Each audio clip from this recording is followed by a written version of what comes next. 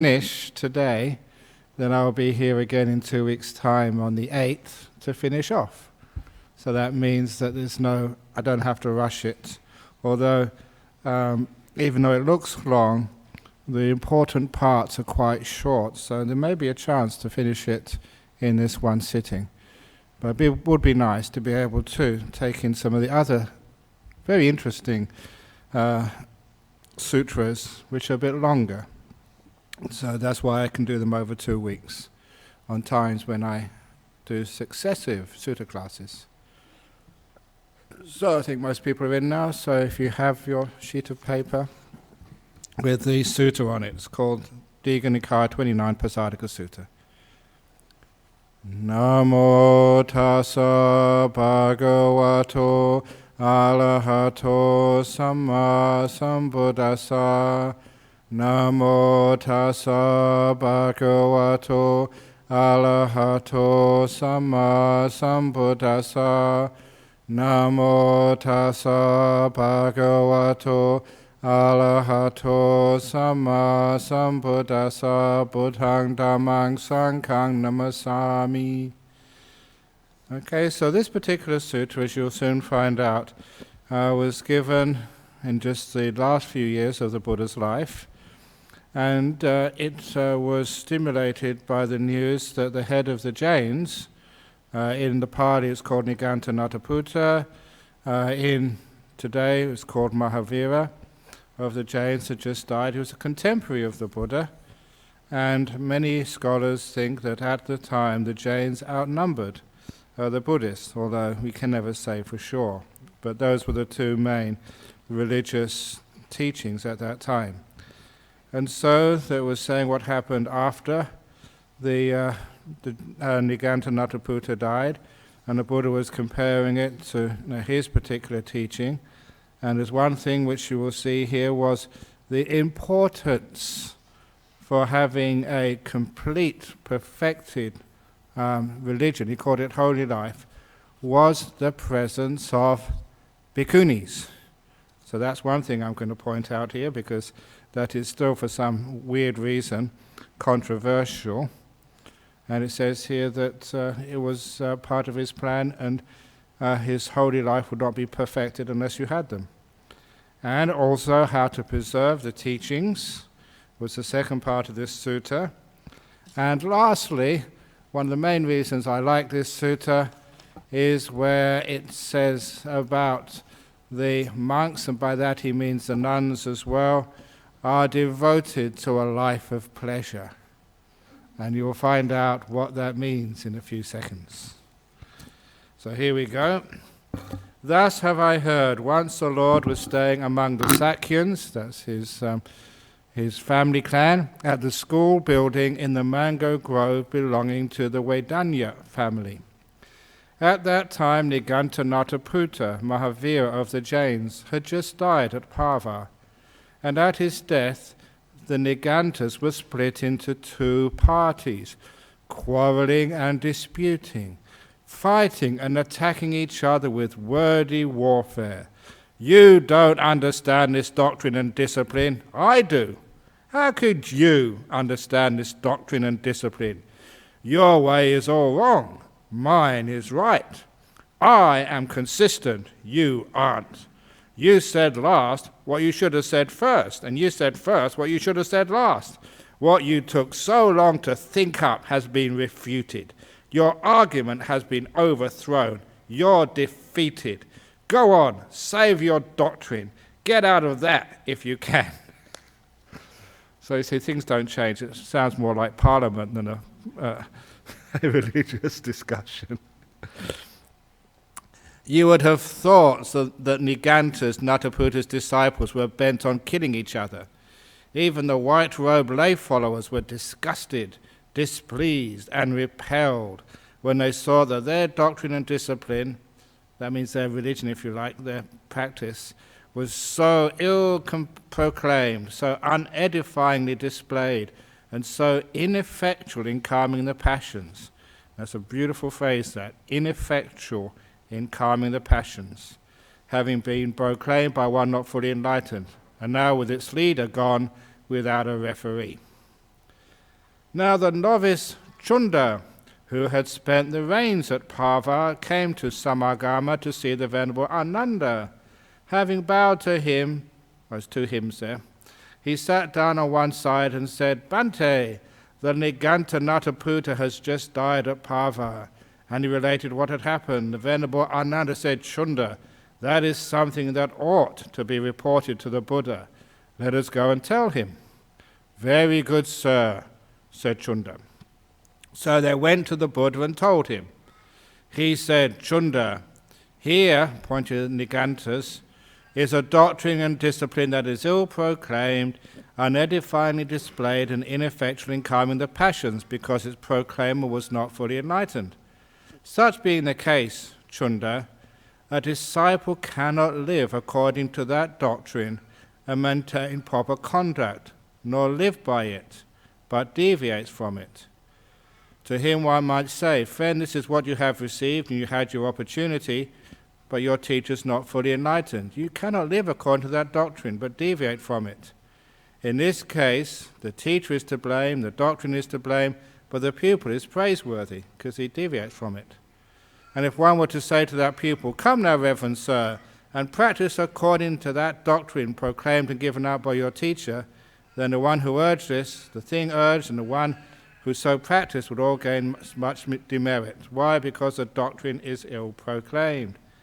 And you'll all notice in Pali they go through every combination here. So here we go from the other combination. There's two more to come after this. But here, Chunda, here is a teacher who is not fully enlightened, and a disciple lives according to that doctrine and conforms to it.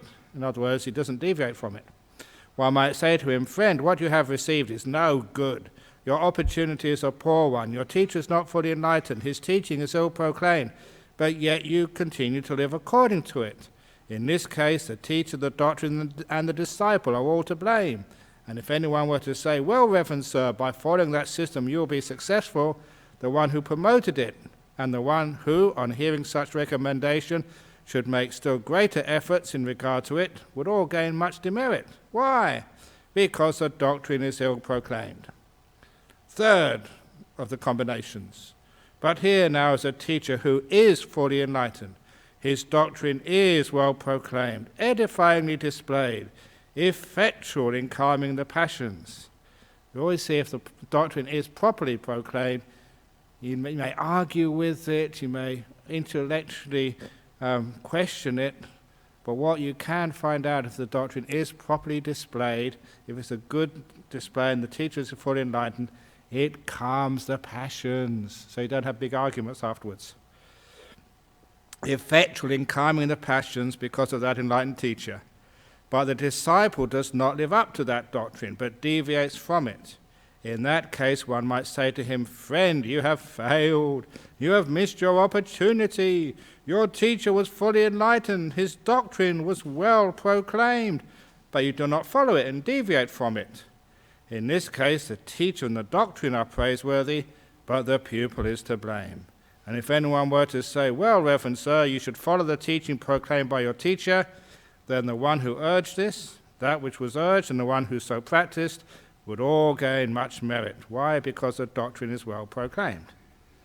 And just a word on this merit business, it doesn't mean like brownie points to go to heaven. It just means you're doing good stuff.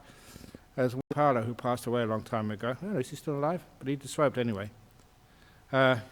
He said, what merit means is a step towards enlightenment. Demerit is a step away.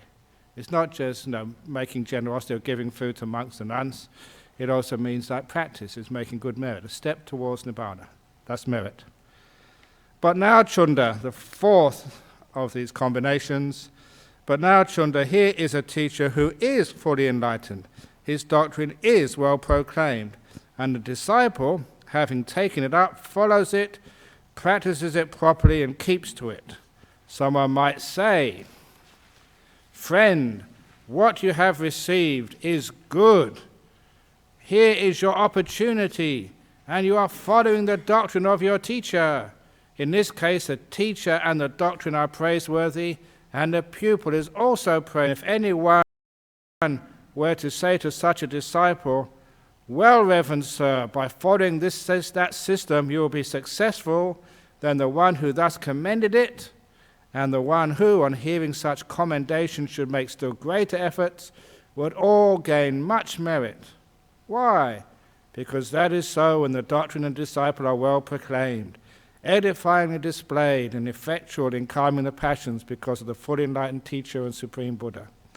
So that's the first four. And you can know whether it's a good teaching. Again, the difference here which I'm pointing out, the bad teachings means it doesn't calm the passions, and people argue a lot and they get upset and they get angry. If it's a really good teaching, it should have the means to calm the disputes and passions. Otherwise, it's very easy to have intellectual level. Much easier to. But now, the Buddha was comparing his teachings now. But now, Chunda, suppose a teacher has arisen in the world, an arahat, fully enlightened Buddha, and his doctrine is well proclaimed. It is effectual in calming the passions because of that teacher. But his disciples have not fully mastered that true Dhamma, and the full purity of the holy life has not become clear and evident to them in the experience of its unfolding, and has not been sufficiently grounded among them, being still in the course of being well proclaimed among humans at the time of the teacher's passing away from among them. In other words, great teacher, but doesn't live long enough to pass on the teachings.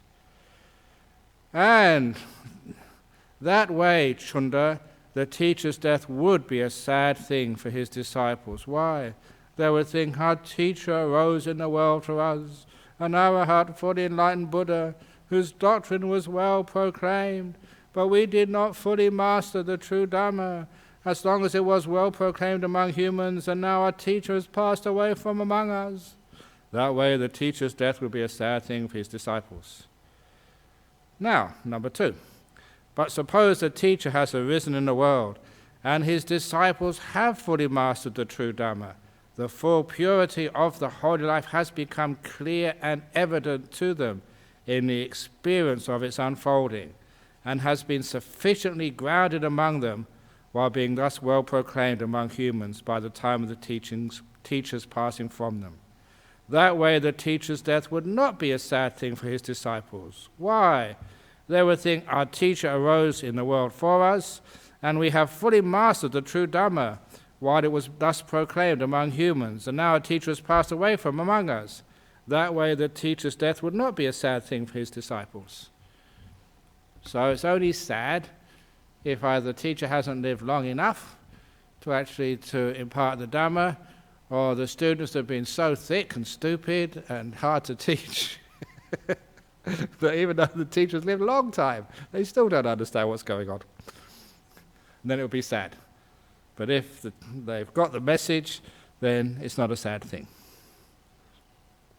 Now, this is the next little bit, starting from paragraph 10, and I'm just pointing out here because of the controversy which still exists in many parts of the world, about the legitimacy of bhikkhunis.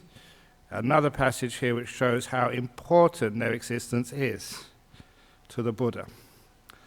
But Chunda, if the holy life is so circumstanced that there is no teacher who is senior, of long standing, long ordained, mature and advanced in seniority, then in such a case the holy life will be imperfect. But if such a teacher does exist, the holy life can be perfected in such a case. You need a senior teacher. Or in such a case, there is such a senior teacher, but there are no senior disciples amongst the bhikkhus, the monks, who are experienced, trained, skilled, who have attained peace from bondage, another metaphor for being enlightened, who are able to proclaim the true Dhamma, able to refute any opposing doctrines that may arise by means of the true Dhamma, and, having done so, give a grounded exposition of Dhamma, then the holy life is not perfected. So don't need just a senior teacher. You need senior disciples who are enlightened and can teach. In such a case, if there are such senior teachers and such senior disciples, but there are no bhikkhus of middle standing with these qualities, or despite the presence of these, no junior bhikkhus with these qualities, or despite the presence of these, no senior disciples amongst the bhikkhunis, no middle ranking or junior bhikkhunis with these abilities, no white robe lay followers, male or female, celibate or otherwise, or if the teaching does not prosper and flourish, is not widespread, widely known, proclaimed far and wide, even if these conditions are fulfilled, if there has not got the first place in public support, then the holy life is not perfected. If, however, all these conditions are fulfilled, then the holy life is perfected. And now he compares his own religion at this time to show that Buddhism, at the time just before the Buddha passed away, was perfected. But Chunda, I have now arisen in the world, enlightened Buddha, the Dhamma is well proclaimed. My disciples are proficient in the true Dhamma. The full purity of the holy life has become clear and evident to them, folding. But now I am an aged teacher of long standing, who went forth a long time ago, and my life is coming to its close. However, there are senior teachers amongst the bhikkhus, are experienced, trained, skilled, who have obtained peace from bondage, able to proclaim the true Dhamma, able to refute by means of the Dhamma any opposing doctrines that may arise, and having done so, give a grounded exposition of Dhamma. And there are middle-ranking bhikkhunis who are disciplined and experienced. There are novices who are disciples. There are senior bhikkhunis, middle-ranking and novice bhikkhunis who are disciples. There are white-robed lay followers, male and female, celibate and non-celibate. And the holy life I proclaim prospers and flourishes. It is widespread, widely known, proclaimed far and wide, well proclaimed amongst humans. So there he was just saying that why the difference between his group of disciples and Nikaya, that he had a large number of disciples who were fully enlightened, and it made, in his words, the Buddha's words, the holy life pure and complete. And only when, of course, he said, there were enlightened bhikkhunis. Otherwise, in black and white, the holy life is not complete. So anyway, to make it even more clear, the Buddha gives another simile in paragraph 16. Among all teachers now existing in the world, Chunda, I see none who has attained such a position of fame and following as I have. Of all the orders and groups in the world, I see none as famous and well followed as my Sangha of monks. If anyone were to refer to any holy life as being fully successful and perfect, with nothing lacking and nothing superfluous, well proclaimed in the perfection of its purity, it is this holy life they will be describing. It was Uddaka Ramaputta, one of the teachers before the Buddha became enlightened, who used to say, he sees but does not see. What is it that, seeing, one does not see? And the answer, according to Uddaka Ramaputta, was, you can see the blade of a well-sharpened razor but not its edge. That is what he meant by saying he sees but does not see. He spoke in reference to a low, vulgar, worldly, ignoble thing of no spiritual significance, a mere razor. But if one were to use the expression properly, he sees but does not see, it would be like this. What he sees is a holy way of life, which is fully successful and perfect, with nothing lacking and nothing superfluous, well proclaimed in the perfection of its purity. If you were to deduct anything from it, thinking in this way it will be purer, you do not see it. And if he were to add anything to it, thinking in this way it will be more complete, then he does not see it. That is the meaning of the saying, he sees but does not see. Therefore, Chunda, if anyone were to refer to any holy way of life as being fully successful and perfect, it is this holy life that they will be describing. And that saying, he sees that there is, it's pure, and he doesn't see anything which it is lacking, or which is superfluous, that is one of the arguments we use as Theravada, if you say there were some other teachings which were hidden in the Naga world because monks and nuns at the time couldn't understand it, they were not intellectually sufficient, and it was brought out later on from the Naga realm when wise people could understand these things, to add to the teachings of the Buddha. The Buddha said it was nothing to add, nothing to take away. So this was almost a perfection of the teachings. And to say that somehow or other you can add more to these Buddha's teachings to make them more perfect, namely like bodhisattvas and stuff, you say that goes totally against what was said over here. This, he said, there was nothing to add, nothing needed to be taken away. That's what he said here by, he sees but does not see. He sees a perfect holy life, he doesn't see anything which needs to be added, or anything which needs to be taken away. Anyway, the next paragraph. And this is how he wanted to make sure, the Buddha wanted to make sure that what was perfect, don't need to add, don't need to take away, would actually survive over many centuries. And as you should know, these teachings were never written down at the very beginning. Only 200 or 300 years later on did they start getting written down in Sri Lanka, in Dambulla. So the only way to preserve these teachings was to remember them.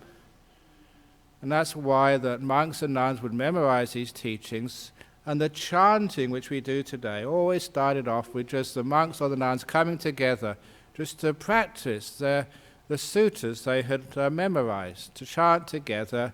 Because when you were chanting together, you would notice if you made a mistake, if there's any errors in your memory. And so this is actually, the chanting began as just a way of ensuring what you remembered was accurate. But later on it became to be used as ceremonies. In the early days, the chanting was just a way of preserving the teachings before things were written down. But this is actually how they had to remember them. It's paragraph 17.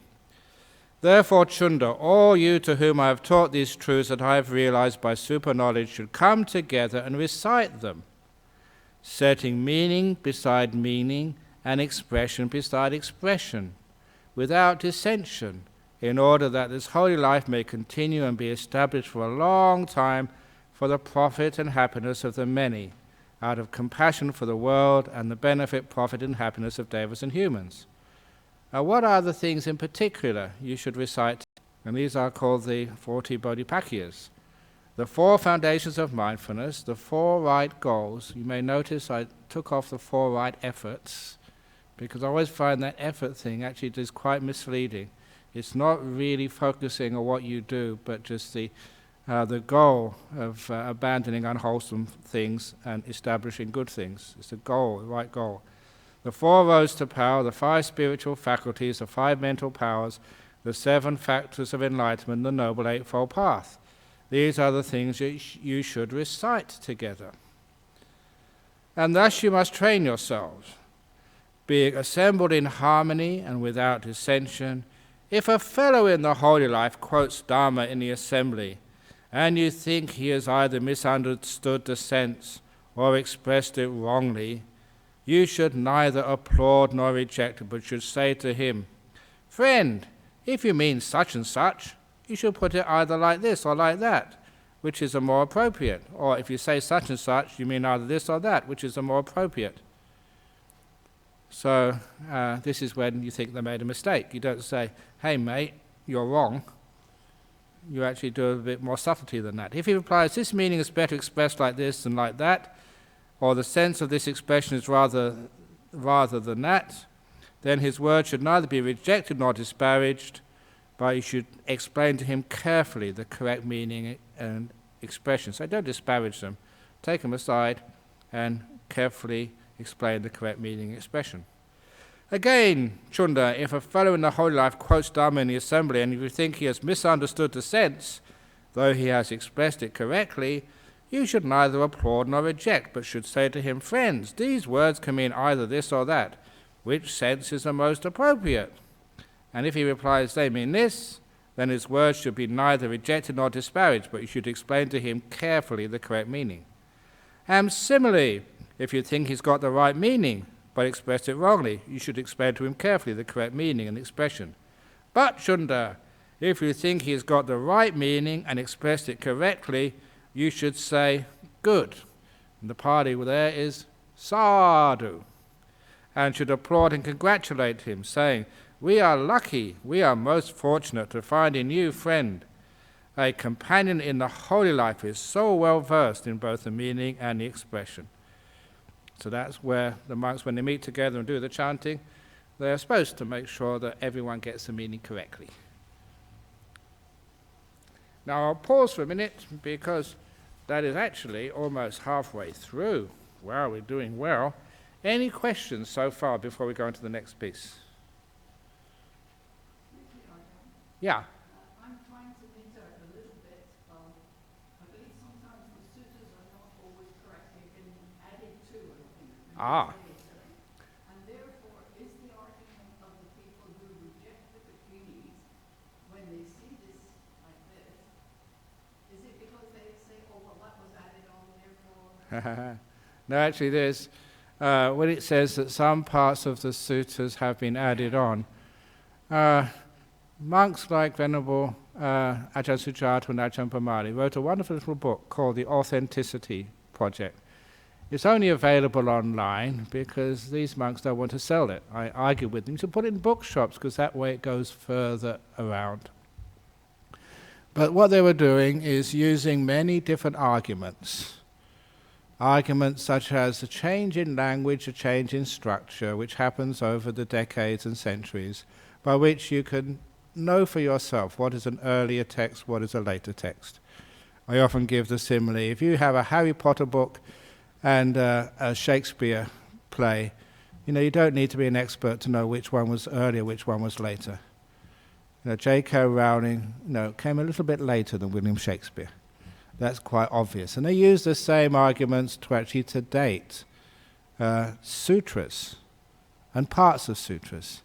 The language is not the same. And so that's one argument. And they have many other arguments by comparing other recensions of the sutras, say in the Chinese.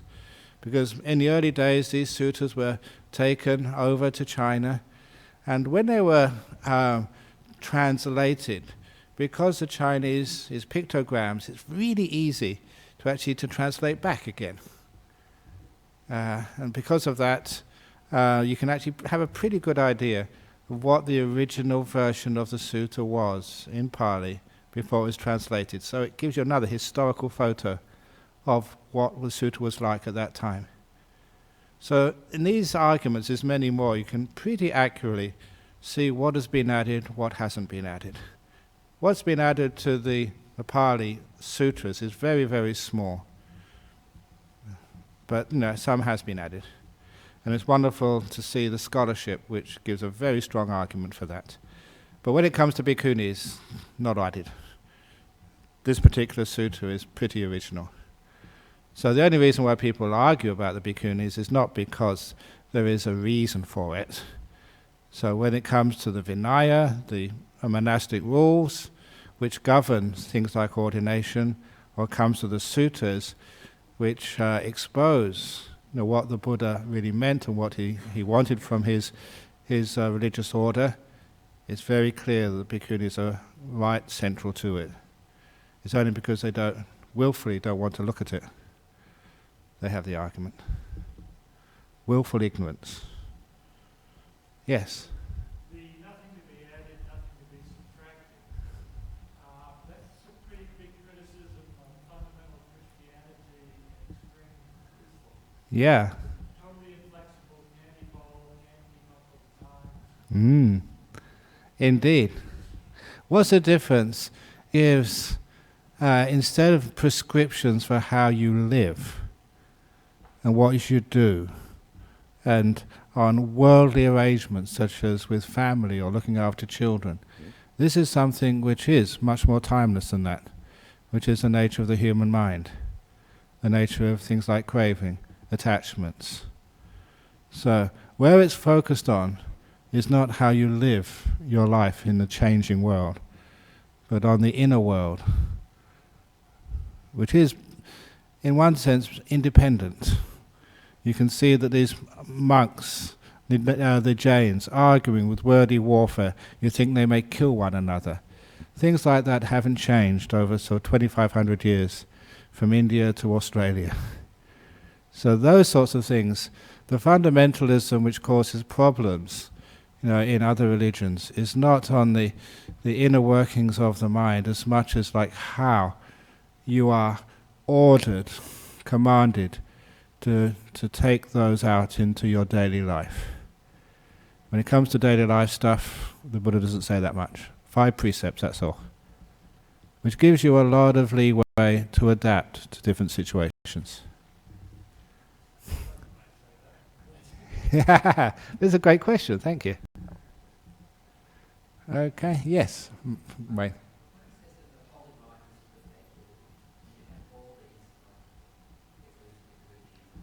Yeah.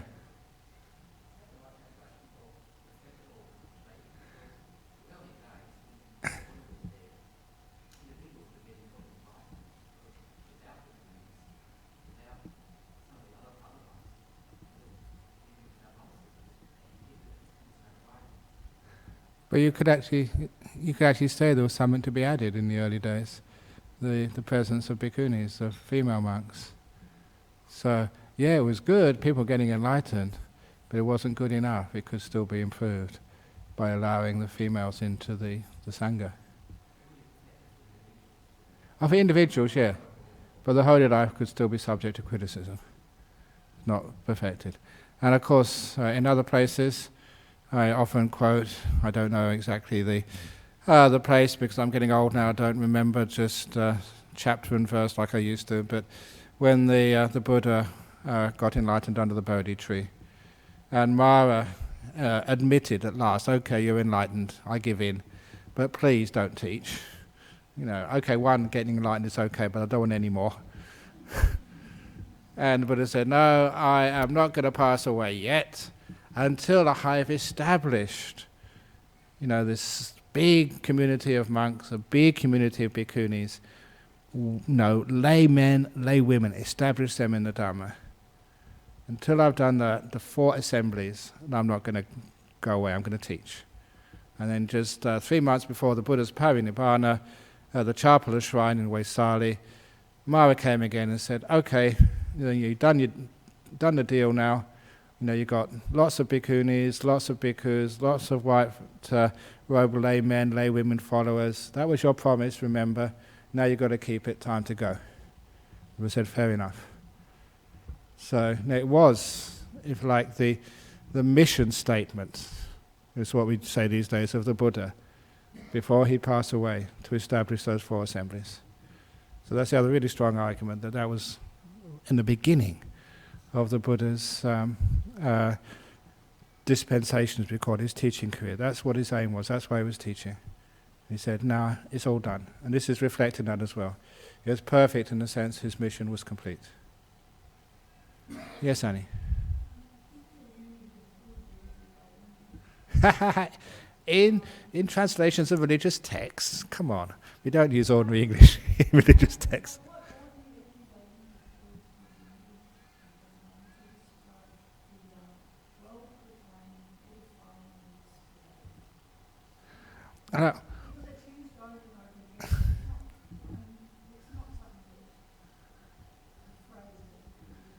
Yeah. Yeah, no, it's well proclaimed. It's a very general. It's the suwakato we say at the beginning of the quality of the Dhamma. It's you're saying, well spoken. Well spoken.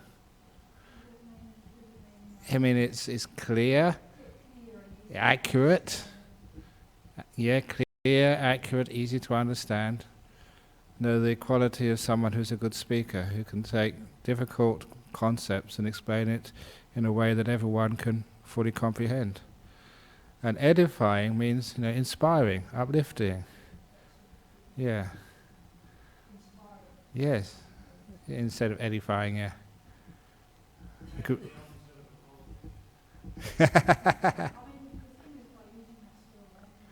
Yeah. bit cold, yeah. This was actually taken from Maurice Walsh's translation. I changed a few words, as you will find out later on. You notice that. But I didn't change many of them. But it's a good point that edifying is, pretty sort of an old-fashioned word. When a good word like inspiring. And is it... Yeah. Yeah. Indeed. It actually, frying means to make like an eddy. And Eddie's not here today, so... So it literally means make like Eddie. Yeah, go on. Yeah, maybe. But inspiring is a much better word. Yeah, sorry.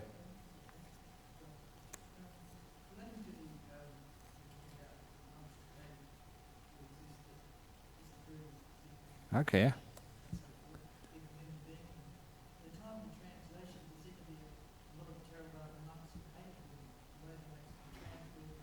Oh,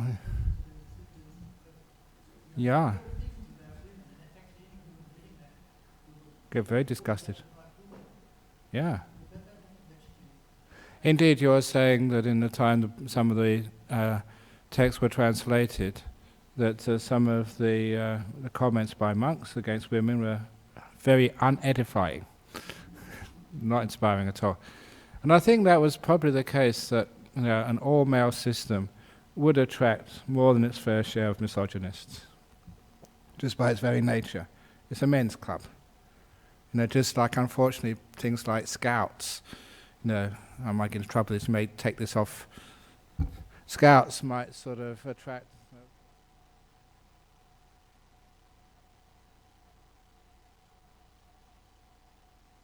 So I don't get sued by the Scout movement. So you can actually see that there was, a great possibility that there'll be more misogynists, in the all-male Sangha, which is one of the other reasons why it's great is to have the bhikkhunis in there, to make it so it's not an all-male system. Yeah, go on.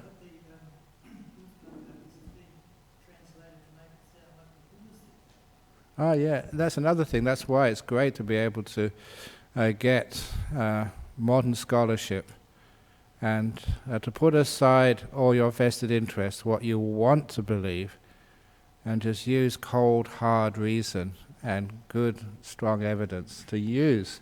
To think the Christian Bible was 100% the word of some of the disciples in the time of Jesus, and to actually prove that's wrong.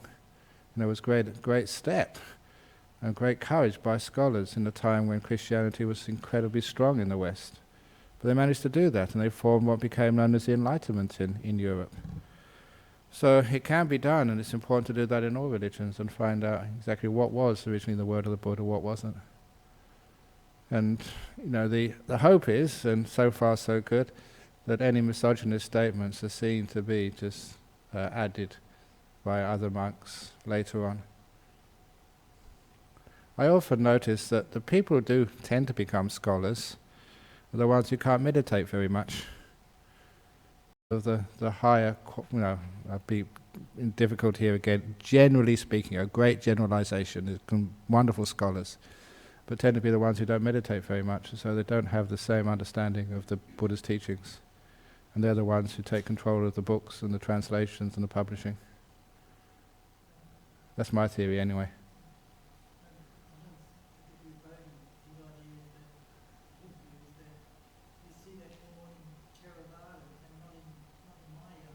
Mm.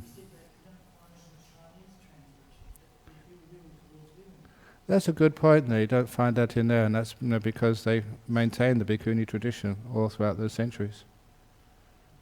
Maybe once the bhikkhunis are fully restored in Theravada, that stuff will disappear. It's a very good comment. Thank you for that. Okay, let's get on. Okay, here we go. Number 22, verse 22. Chunda, I do not teach you a Dhamma for restraining the corruptions that arise in this present life. Corruptions are things like greed, hatred, and delusion.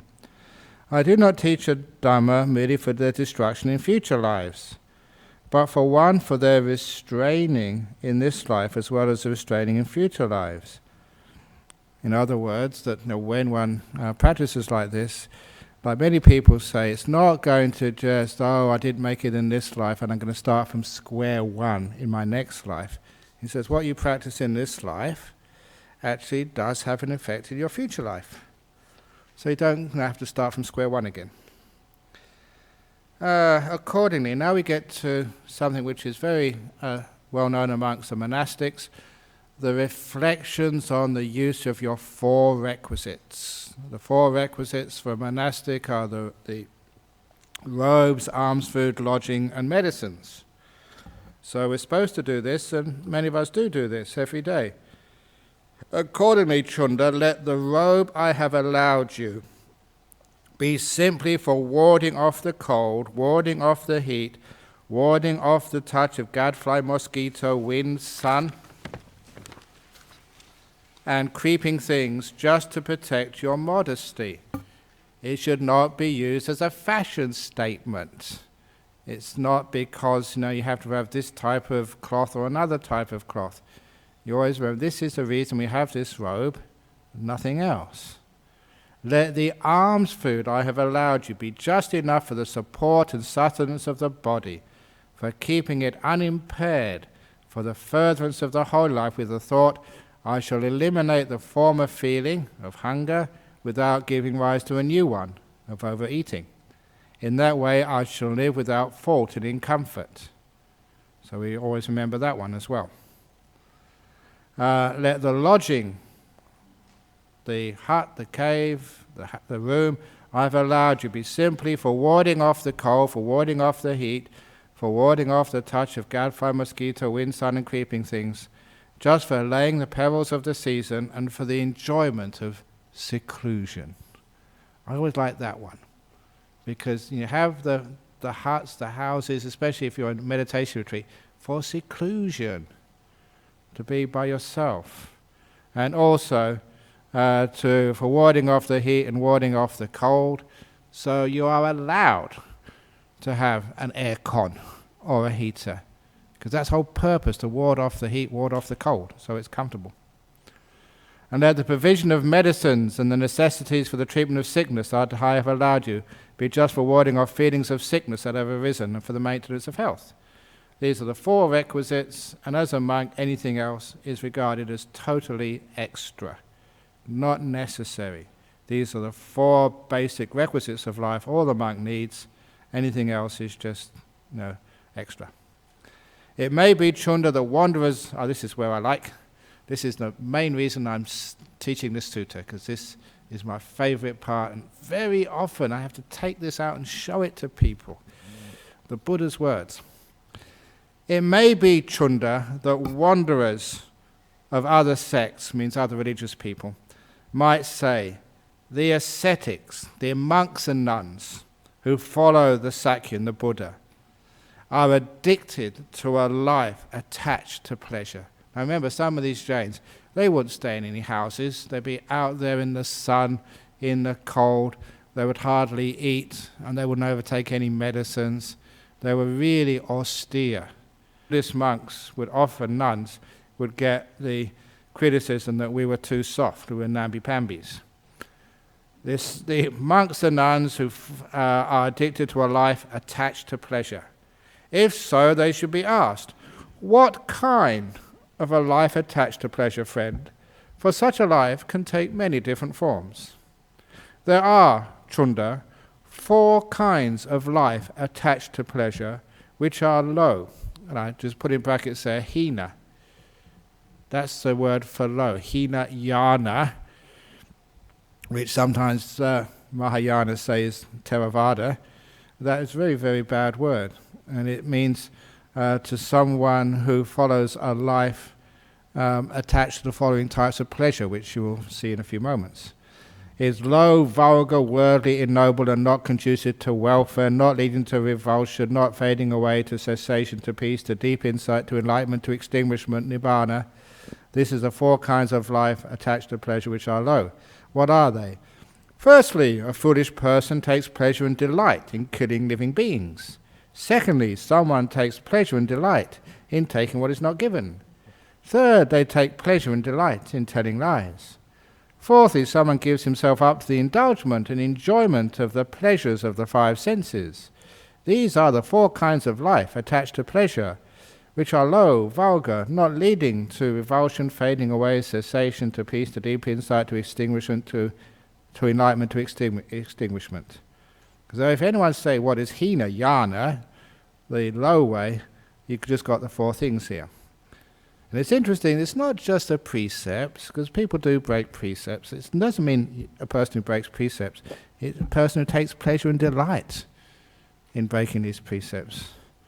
Who enjoys doing things like fishing, who enjoys stealing or cheating on your taxes, who enjoys telling lies, or most importantly, who gives themselves up to indulgence and enjoyment of the five sense pleasures. And it may be that those of other sects might say, are the followers of the Sakyan, the Buddhist monks and nuns, attached to these four forms of pleasure-seeking? They should be told, no, for they would not be speaking correctly about you. They would be slandering you with false and untrue statements. But there are, Chunda, these four kinds of life devoted to pleasure, which are entirely conducive. I should mention the word revulsion. It's called nibbida. Nibbida is what you see, what the problem is, and you are turned away from it, repelled by it. Sometimes called revulsion, sometimes repulsion. The simile which the Buddha said, if you see like there's a sore on your leg, oozing pus, you wouldn't just be equanimous. Oh, look, there's a sore on my leg, oozing pus. No, you'll be repelled by it. It's a problem. You do something about it. It's a revulsion. It's not a negativity. It forces you to act, to let go, if you like, of the problems. To revulsion, there are these four kinds of life devoted to pleasure, which are entirely conducive to revulsion, to fading away of the problem, to cessation, to peace, to deep insight, that's abhinya, to enlightenment, to extinguishment, nibbana. What are they? This is where I enjoy myself.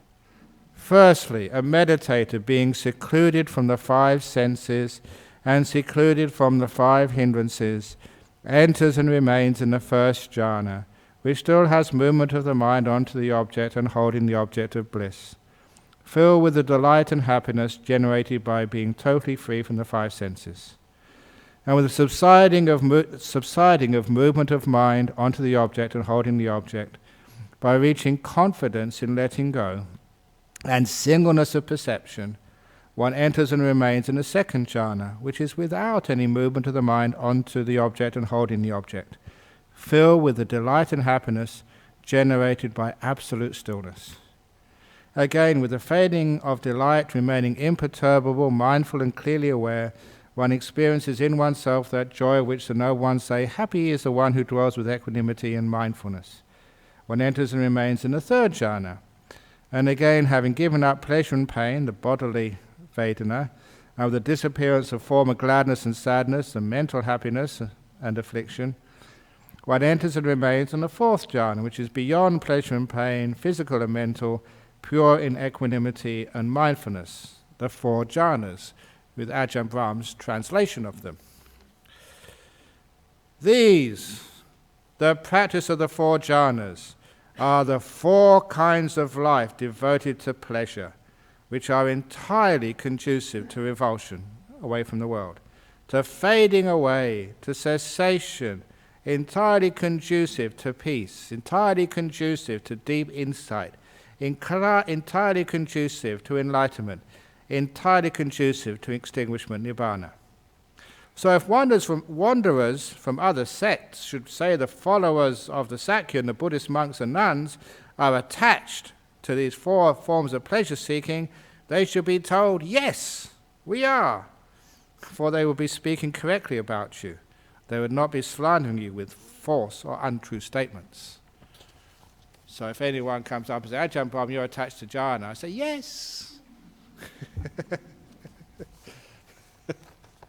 And they go, what? It's an attachment.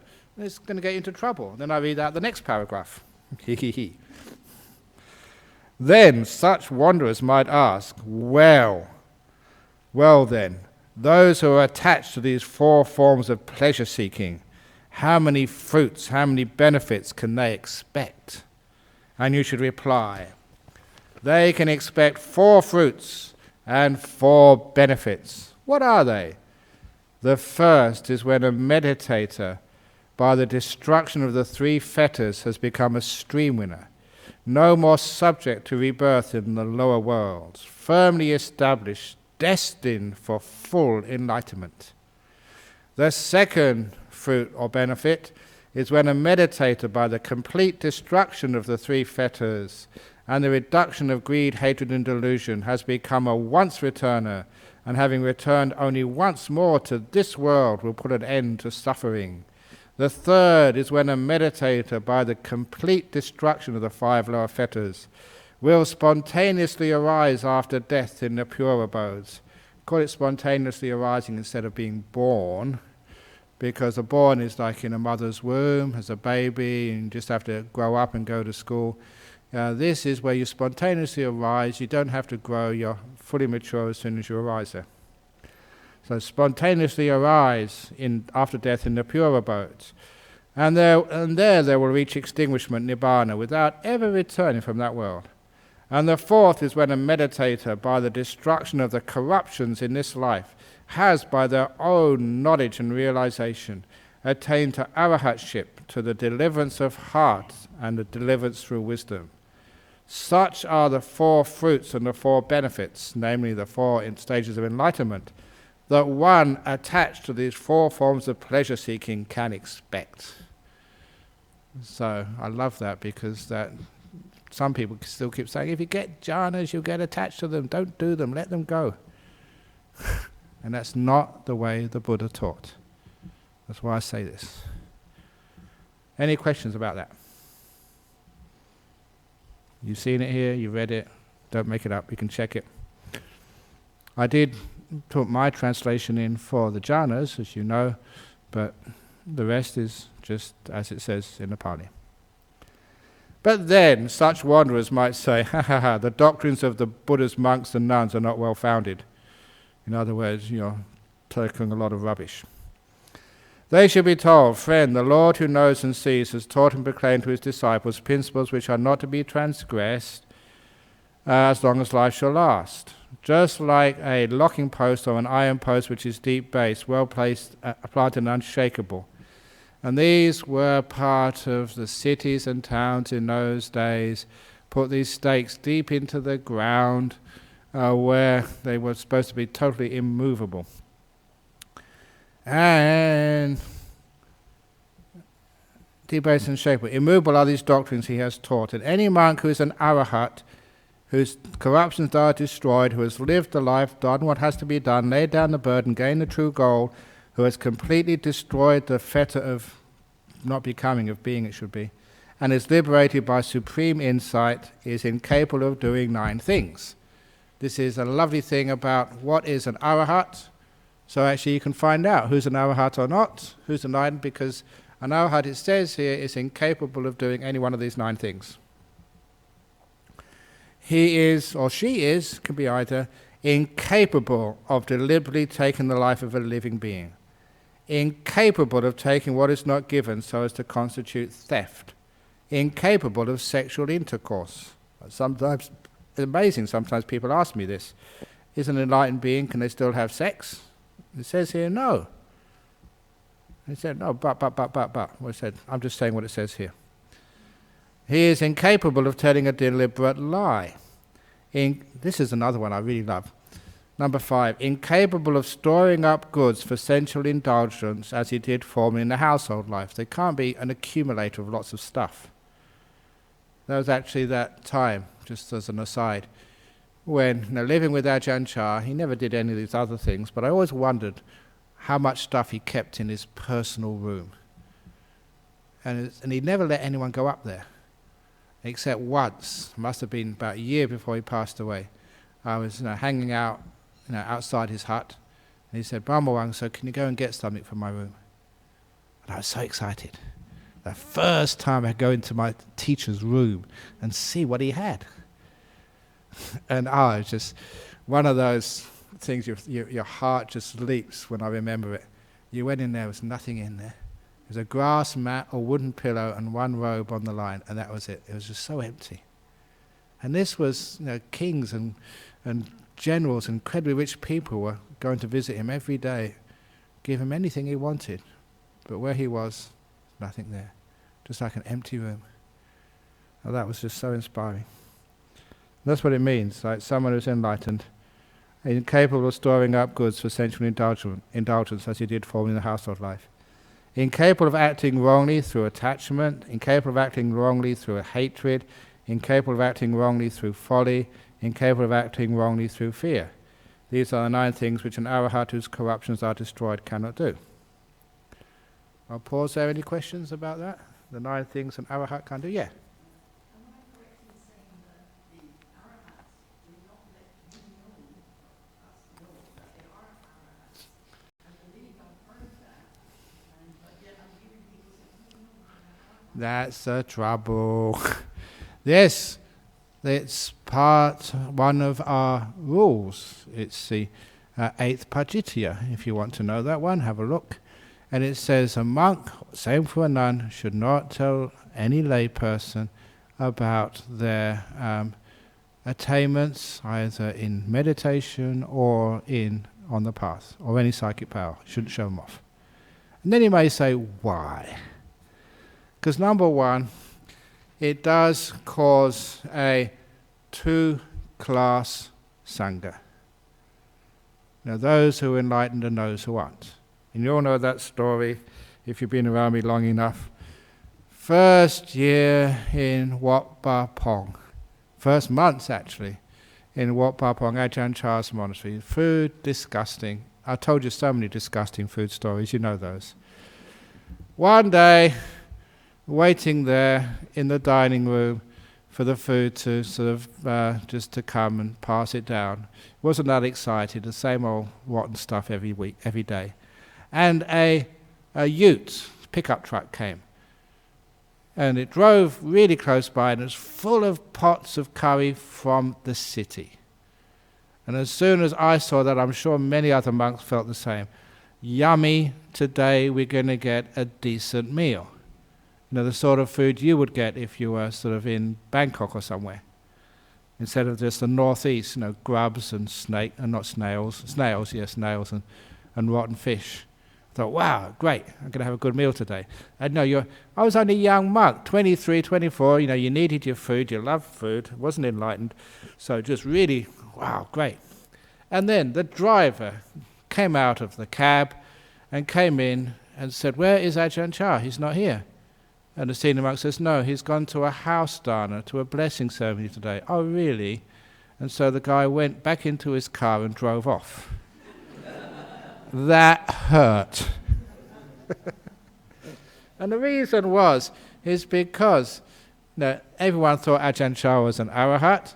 You get much more bang for your bucks, much more merit giving food to an arahat than you do to an ordinary group of people. So because of that, he didn't want to give it to us, riffraff. He wanted to give it to the arahats. And now I saw that myself and that hurt. That's why it's best never to tell who is enlightened and who isn't. Otherwise, you take a 2-tier sangha. And the old joke is, that if you are streaming a once-return and non-return arahat, you're called one of the Aryans. They call it Arya. And so if we have this 2-tier system, we do create the Arya-stocracy in Buddhism. Not the aristocracy, the Arya-stocracy. And that causes all sorts of problems. So, we really try to keep that quiet and keep it a secret. That's one of the reasons why. And I'm very much against people saying, this monk's an arahat, this monk isn't. Because what it does is just to get more gifts, usually more money. And they use that, and that's really, really off. So it should be shared around for everybody, and don't know. Yeah.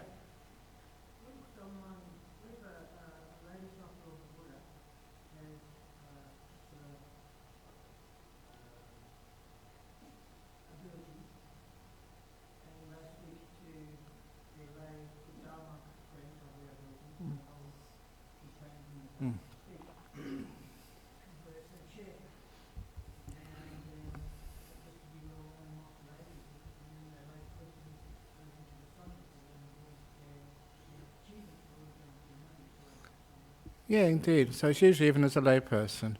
If you do achieve anything, again, keep it quiet. This is Venerable Chi Kuang. She was born in Perth. She ordained in the Korean tradition. She's been here to give talks before. Many of you may know her. It was her master in Korea gave this wonderful piece of advice. She told this very elderly, wise Korean nun, told Chi Kuang, if you ever get enlightened, don't tell anybody, because if you do, you'll have to spend the rest of your life proving it. It's a very wise piece of advice. If you go and tell someone you're a stream winner or you're enlightened, people will doubt you. It's called jealousy, unfortunately.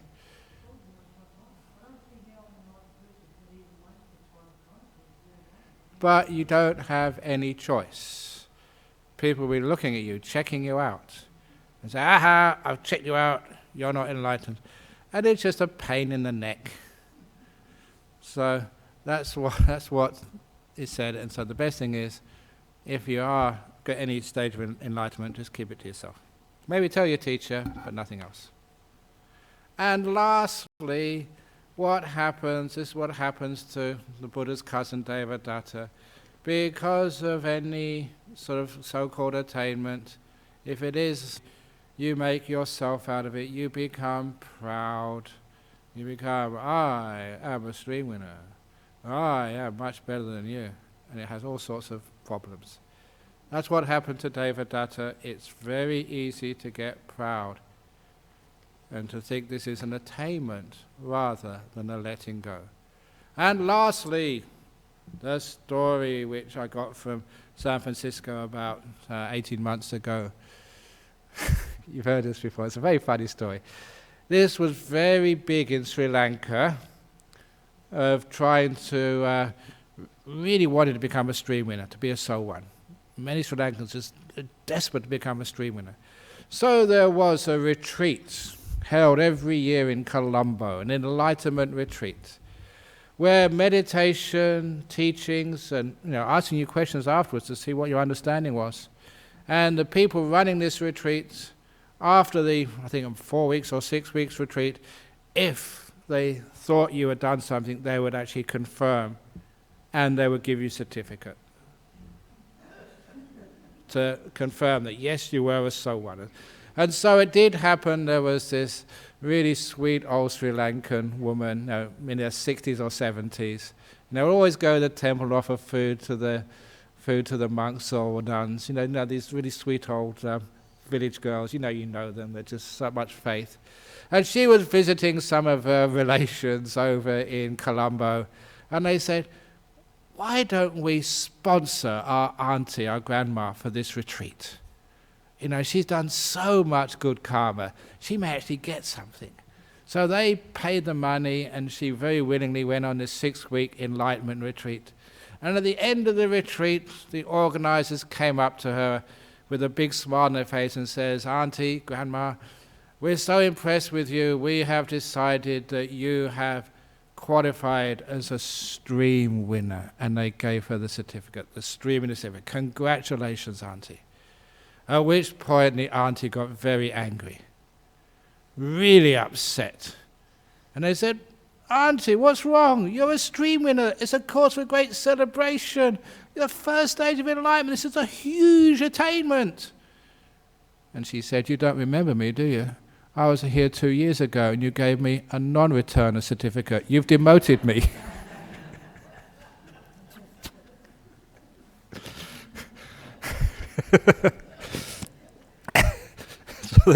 So that's the trouble with those things. But it didn't last much after that.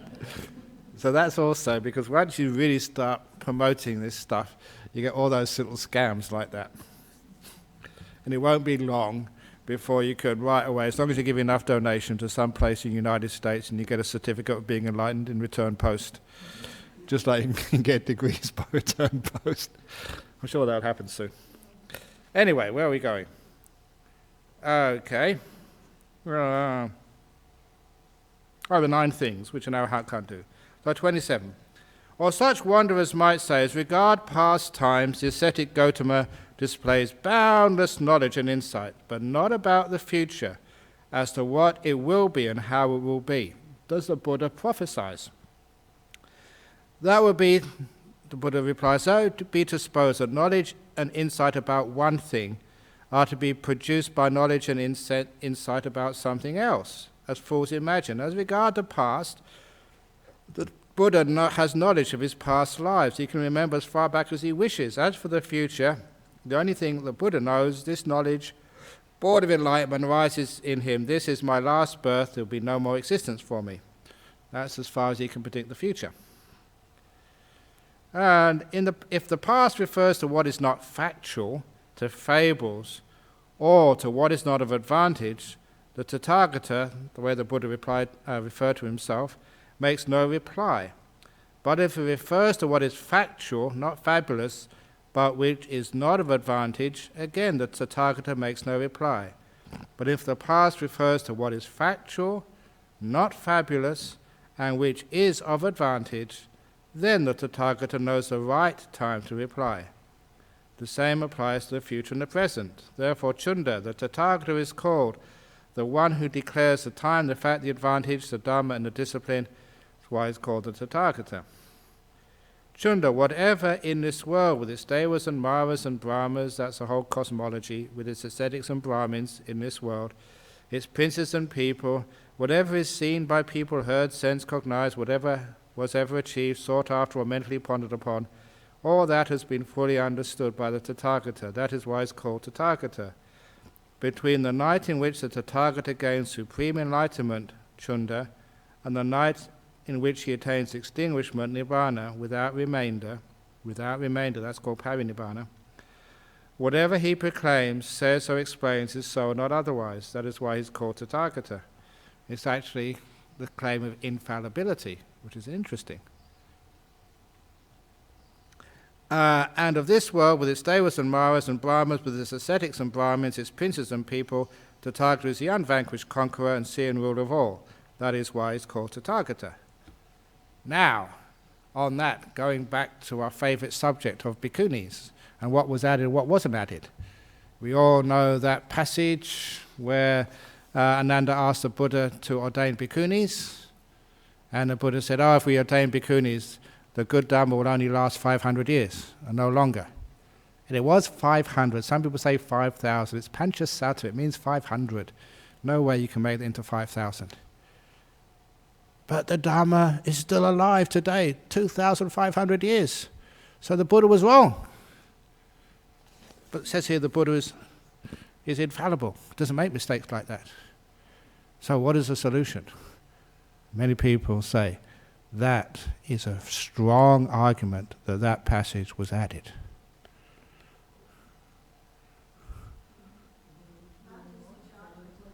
And he has arguments about that too.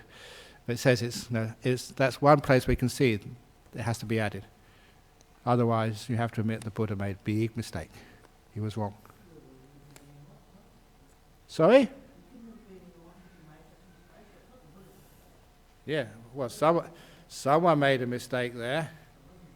If it wasn't the Buddha, then it's not part of the suttas. Problem solved. So anyway,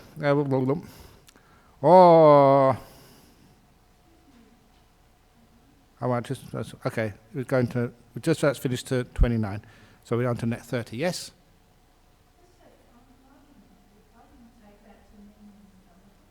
It's just what it says here. I'll read it again. Between the night in which the Tathagata gains supreme enlightenment and the night in which he attains Parinibbana, whatever he proclaims, says, or explains is so and not otherwise. Yeah. And this was actually said during that time. So that was just an example, another argument. Oh yeah, he made mistakes beforehand. He got married, for example. That was a big mistake.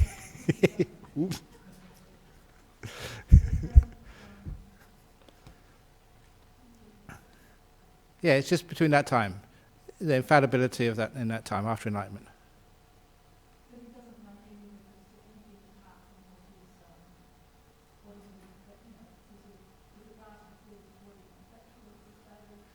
Yeah. Exactly. Useful, yeah. Yeah, it doesn't make prophecies because it's not useful. But he did make that prophecy, and that's about the only prophecy which he ever made, which is really stands out. It really smells, as they say, that that's not what the Buddha said. Next one, the old argument. Or such wanderers might say, does the Tathagata persist after death? Now, you may see that I've changed the word. It's usually exist after death, but it's more accurate for the argument here to call persist. What was there before carries on. Does the Tathagata persist after death? Is that true? Another view foolish? They should be told, friend, this has not been revealed by the Buddha. Does the Tathagata not persist after death? Does he both persist and not persist after death? Does he neither persist nor not persist after death? They should be told, friend, this has not been revealed by the Buddha. And then they may say, why has the ascetic Gautama not revealed this? They should be told, friend, this is not conducive to the welfare or to the Dhamma or to the holy life or to revulsion, to fading away, to cessation, to peace, to deep insight, to enlightenment, to extinguishment. That is why the Buddha has not revealed it. And that old saying, there's another sutta, the Sariputta sort of answered that one, and it's in the suttas, saying that there's no Tathagata to be seen now, so if there's nothing here at the beginning, then how can you say that what wasn't there at the beginning persists afterwards?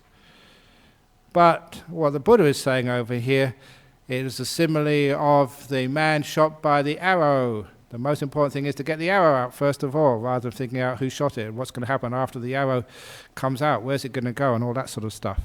So the Buddha was very clear here. There is an answer to that, but the Buddha said it would just create arguments, and so instead they may say, well, friend, what has the ascetic Gautama the Buddha revealed? They should be told the Four Noble Truths. This is suffering, has been declared by the Lord, the arising of suffering, the path leading to cessation of suffering, and the cessation of suffering. We've got those two the wrong way around.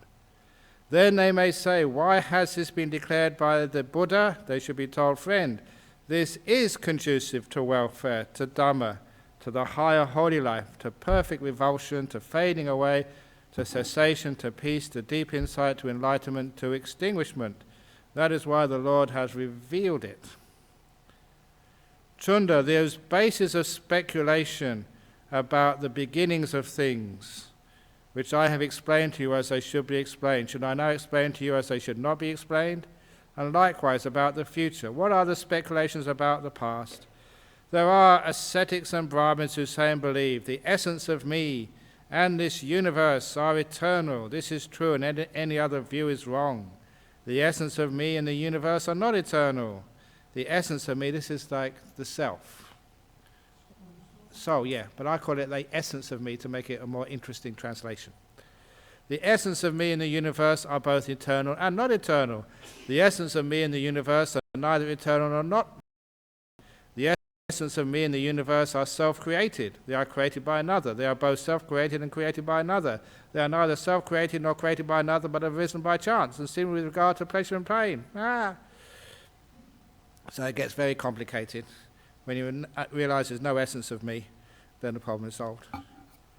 Now, Chunda, I go to those ascetics and Brahmins who hold any of these views, and if being asked they confirm that they do hold such views, I do not admit their claims. Why not? Because, Chunda, different beings hold different opinions on such matters, so I don't get into argument.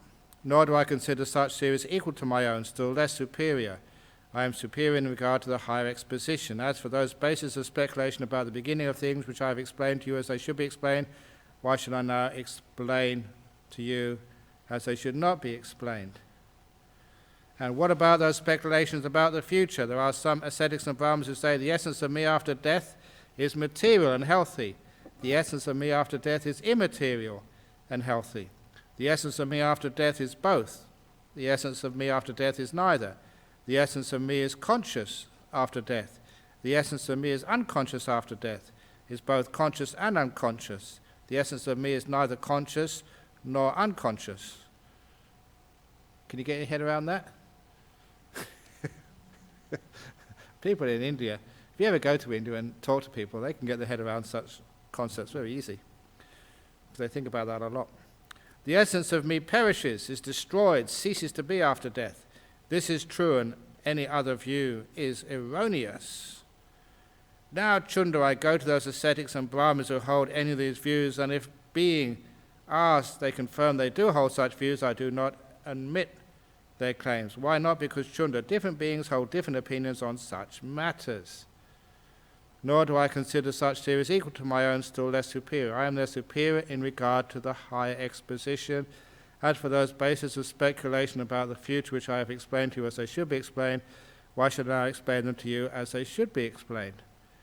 So I interpret all of those paragraphs as that because different beings hold different opinions on such matters, they hold them quite firmly. So trying to get into an argument about these things is just unproductive. So the Buddha never teaches these things, he never teaches the opposite of those things. Instead, he just declares the Four Noble Truths. So including the path, so people can find out for themselves. So you don't get any solution by arguing. And because he said people hold, and hold is maybe the important word, different opinions on such matters.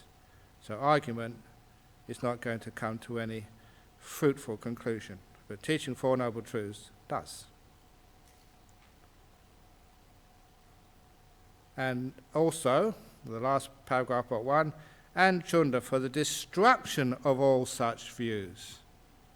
Not saying one is better than the other, from destroying all such views about the past and future. For transcending them, I have taught and laid down 4 foundations of mindfulness, the Satipatthana. What are the 4? Here, Chunda, a monk dwells contemplating the body, ardent, clearly aware and mindful, having restrained the 5 hindrances. Dwells contemplating feelings, mind, and then mind objects, ardent, clearly aware and mindful, having restrained the 5 hindrances. That is how Chunda, for the destruction of such views about the past and future, and for transcending them, I have taught the 4 foundations of mindfulness. As you know, that's my translation, but that's very accurate, according to the Pali and also to the commentaries, where it says, Loke apicchado manasang, sometimes people say having abandoned grief and covetousness to the world, which is meaningless. You look there in the Pali and you look in the commentaries, and it does mean having abandoned, or rather restrained, the 5 hindrances. And it's not body in the body, it's contemplating the body. Any Pali scholar knows that one. So, that is instead of arguing 4 foundations of mindfulness to end all those speculative views. Any questions? Comments? Complaints? Yeah, go on.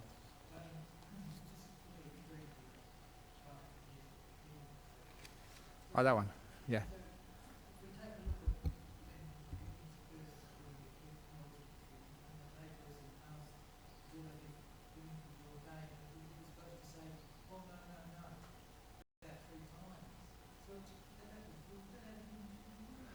Well, it's when you compare that to everything else the Buddha said, as related in the sutras, especially what he said to Mara. You know, when the Mara asked him just to enter Parinibbana straight away and don't teach, and the Buddha said it was my goal to establish bhikkhunis. And when he reaffirmed that to the very end of the Chapala shrine, as I said, when Mara said, you know, you've completed your task now, your mission is over. You've created bhikkhus and bhikkhunis, and plenty of lay men and lay women disciples. Therefore you can go. And what we said over here about a holy life only being pure when there are bhikkhunis, you'd see there is a great contradiction there. Why would the Buddha sort of promise that he's not going to die until he creates a bhikkhuni sangha, and then refuse bhikkhunis? So again, that whole passage is again very suspicious, because it has internal contradictions, and quite a few of them. If there's only one, then maybe you think maybe it's not such a big deal, but when there's several of them there, so it makes many people doubt the validity of that passage. So that's my opinion anyway. Yeah. Yeah.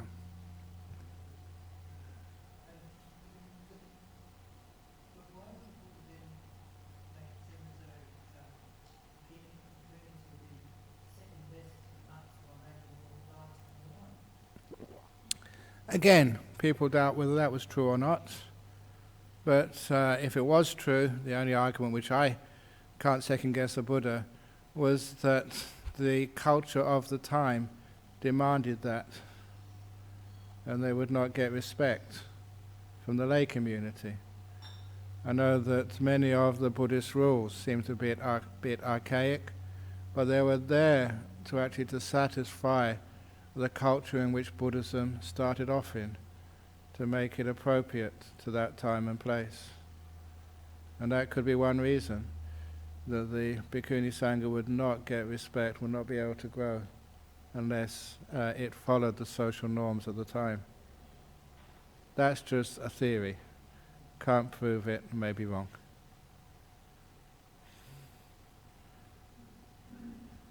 Okay, there are some questions coming up, but I'll just do the last paragraph. And during this time, the Venerable Upawana was standing behind the Lord, fanning him because it was very hot. Where's your fan? You should be fanning me. We got an aircon. And he said, "It is wonderful, Lord, it is marvelous. Lord, this exposition of Dhamma is delightful, highly delightful. Lord, what is the name of this discourse?" Well, Upawana, you can remember it as the Delightful Discourse, the Pasadika Sutta. Thus the Lord spoke, and Venerable Upawana rejoiced and was delighted with the Delightful Discourse. That finishes it. Now we do have some questions from overseas, because this is always streamed live. I hope they're easy questions because it's getting a bit late. But we did finish it in one sitting, which is amazing. There's only 2 questions, thank you. Many people, well, this has nothing to do with this sutta. Many people quote Sutta Sangyutta Nikaya 45.2 to justify the importance of fellowship. How does one balance the need for seclusion versus socialization in one's practice? And also, what is a good schedule for lay people to make progress? And of course, this is the balance which you require, seclusion and service. I don't call it socialization, more service. And I can imagine the sutta you're talking about is the one where Ananda says having good friends, kalyana mitta, is half of the holy life. And the Buddha says, no, it's the whole of the holy life, good friendship. Because that good friendship, with especially with other highly developed individuals or people also practicing, that encourages you. Many people say that when they go home and they practice by themselves, they fall asleep, or it's a bit busy today, so I'm not going to meditate. But if you're in a group and you come every Saturday afternoon to do some meditation, because you come here, you have to meditate. And so that group support can be very, very helpful. So again, fellowship is very helpful. And sometimes there's only a few monk teachers around, nun teachers, and so sometimes it's hard to get access. So you can actually talk together and get some good advice from one another, share your experiences, and also motivate and support one another. So it's always a balance, seclusion versus socialization. But if all you ever do all day is socialize, and you never actually do any practice, then of course that is never working for you anyway. Ajahn Chah similarly, he said, all your service, study, socialization, like the sweets, the dessert at the end of the meal. And the meditation is like the rice and curry, or the potatoes and mushy peas, if you like. So the main course is really important. If all you ever do is the sweets, study and socialize and talk about the Dhamma, if all you ever eat is sweets, you're going to get very sick. But if you balance it, have a good first course and a dessert, a pudding afterwards, fine. Have it balanced. But if you only have a tiny first course and a huge serve of pudding, and only a little bit of meditation and a lot of discussion, you're going to get sick as well. So you have to have both. And a good schedule for lay people to make progress. When somebody asked me in Singapore many years ago, when is the best time to meditate and the worst time to meditate? I answered straight away, the best time to meditate is now, the worst time to meditate is later. One of those smart answers. But it's a good one. A good schedule for lay people to make progress is, again, it's you have your holidays, you have your weekends, so give meditation or study of sutras importance. Now put it at the top of the list of things to do. So get your meditation out of the way first of all, and then do your other stuff. Because otherwise there's enough stuff you have to do in your house and at work. And if you want it to be, your house to be spick and span, perfect, you'll never have any time for meditation. So it's not having a schedule so much, it's actually giving importance to your meditation time. And lastly, that those people who think they don't have enough time to meditate, meditation makes time. It doesn't use time, it's an investment. If you meditate, your mind becomes clear afterwards, you can make decisions, get things done really quickly. Which means your meditation is not a spending of time, it's an investment of time. You get more time out of it than you spend. Okay, so thank you for those questions. I hope I answered them accurately. They weren't really based on the sutta, but nevertheless, good enough. So I hope you enjoyed that. It's a long sutta, an hour and a half, though we managed to get through it, which means I have to think of something else to do next in 2 weeks' time. I thought I was going to get an easy life, but there we go. So here we go. Sadhu, sadhu, sadhu. Now we do the Arahang for the Buddha.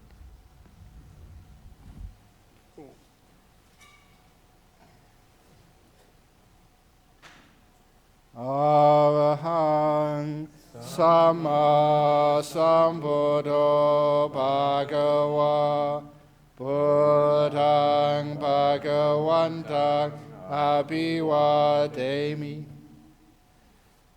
Suvakato Bhagavata Dhammo Dhammang Namasami Supatipano Bhagavato Sāvaka Sangho Sanghang Namami.